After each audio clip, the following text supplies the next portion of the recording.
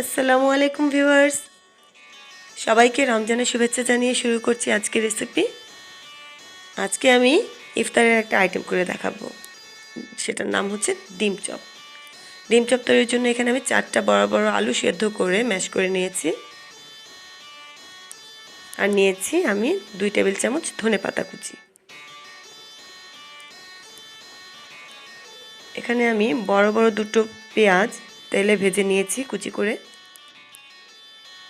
আর এখানে নিয়েছি 3টা শুকনো মরিচ, এগুলো তেলে ভেজে নিয়েছি। 1 চা চামচ জিরার গুঁড়ো আর 1/2 চা চামচ গরম মশলার গুঁড়ো, আর স্বাদ মতো লবণ তো থাকছেই।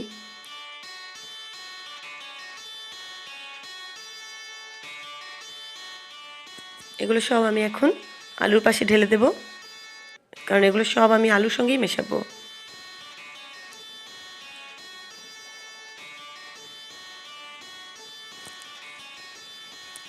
এখানে আমি 2টো বড় বড় ডিম সেদ্ধ করে 8 টুকরো করে নিয়েছি।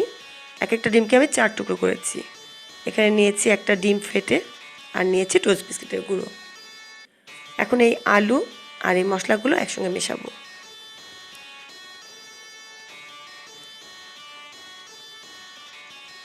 আগে মশলাগুলো একটু মিশিয়ে তারপর আলুর সঙ্গে মেশাবো।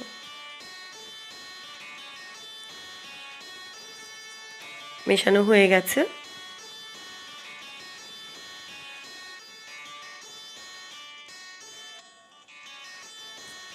ডিমটা একটু এপাশে এনে রাখি, আমার কাজে লাগবে এখনই।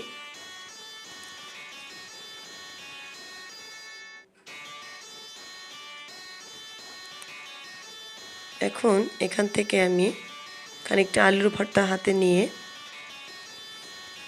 একটু চেপে চেপে এরকম একটা শীটের মতো তৈরি করে এর মধ্যে একটা ডিমের টুকরো দিয়ে দেব।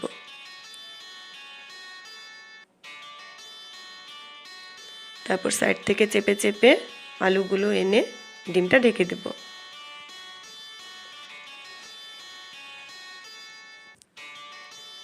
এভাবে সুন্দরভাবে মসৃণ করে এটাকে একটা রোলের মতো তৈরি করতে হবে,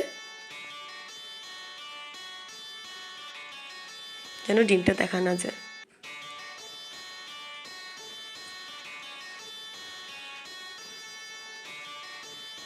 একইভাবে আমি সবগুলো ডিম চপ তৈরি করে নিয়েছি।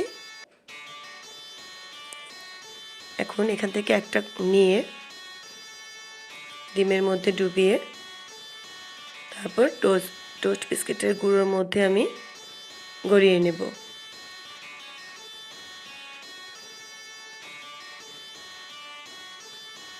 খুব ভালোভাবে গড়াতে হবে যেন সব জায়গায় টোস্ট বিস্কিটের গুঁড়ো লাগে। তো এইভাবে আমি সবগুলো তৈরি করে নেব। সবগুলো আমি ডিম আর বিস্কিটের গুঁড়োর মধ্যে গড়িয়ে নিয়েছি। এখন এগুলো ভেজে নেব। একটা কড়াইয়ের মধ্যে আমি পর্যাপ্ত পরিমাণ তেল দিয়ে দিয়েছি, আর চুলোটা আমি মিডিয়াম আঁচে রেখেছি।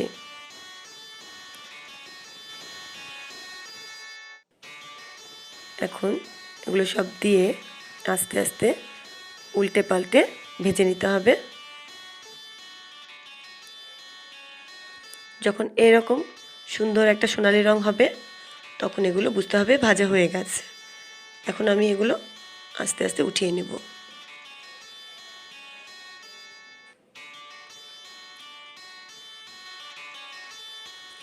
তো তৈরি হয়ে গেল আমার ডিমের চপ। তো ভিউয়ার্স, যদি রেসিপিটি ভালো লেগে থাকে তাহলে প্লিজ লাইক কমেন্ট শেয়ার করতে ভুলবেন না, আর প্লিজ আমার চ্যানেলটাকে সাবস্ক্রাইব করবেন।